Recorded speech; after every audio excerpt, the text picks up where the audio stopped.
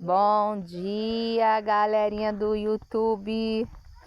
Ó, estamos aqui fazendo nossa fogueira para mais tarde queimar, assar um peixe assado, uma batata, um milho. Ó, o nosso amigo Léo tá montando aqui pra gente aqui, ó. Depois eu vou voltar para mostrar para vocês como vai ficar. O Davizinho tá aqui, ó, ajudando. E vamos que vamos. Um bom dia, uma semana abençoada para todos nós.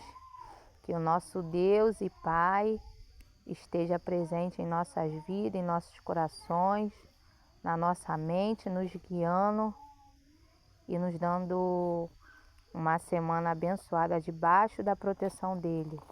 Em nome de Jesus Cristo. Fiquem com Deus. Lá vem o Léo ali, ó, com mais graveto, com mais madeirinha para colocar na fogueira. Isso aí, vamos que vamos.